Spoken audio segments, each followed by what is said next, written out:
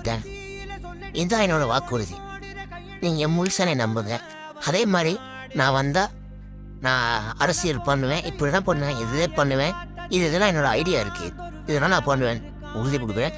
Suppose நான் உங்களுக்கு போட்டு நான் திருப்தி பண்ணலை அப்படின்னா நான் இன்னைக்கு வர களத்தில் இறங்குறேன் அப்படின்னா உங்களுக்காக மட்டும்தான்.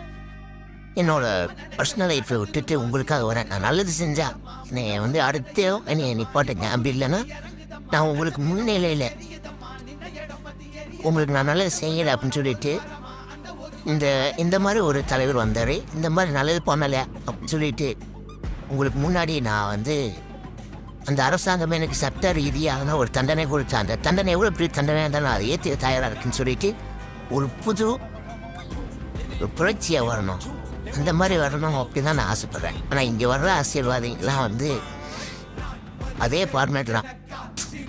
Very fat